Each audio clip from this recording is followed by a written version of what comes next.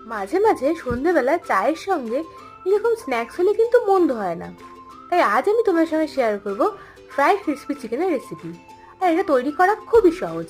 আর তার জন্য একটা বাটিতে ডিম, আদা, রসুন, কাঁচা লঙ্কার পেস্ট, নুন, কাশ্মীরি লঙ্কার গুঁড়ো, সামান্য একটু গরম মশলা আর তন্দুরি মশলা দিয়ে খুব ভালো করে চিকেনটাকে ম্যারিনেট করে রেখে দেবে 20 থেকে 25 মিনিট।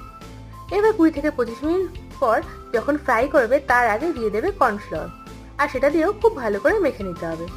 আর তারপরে তেল গরম করে চিকেনটাকে ওর মধ্যে ফ্রাই করতে হবে।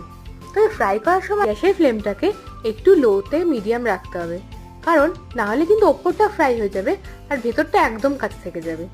আর এক পিঠ হয়ে গেলে অপর পিঠ উল্টে খুব ভালো করে এরকম লাল লাল করে ফ্রাই করে নিলে কিন্তু রেডি হয়ে যাবে আমাদের ফ্রাইড ক্রিসপি চিকেন। আর তারপরে স্যালাডের সাথে পরিবেশন করো, যেটা কিন্তু খেতে হয় অসাধারণ। একবার অন্তত ট্রাই করো আর আমাকে জানিও তোমাদের ঠিক কেমন লাগলো।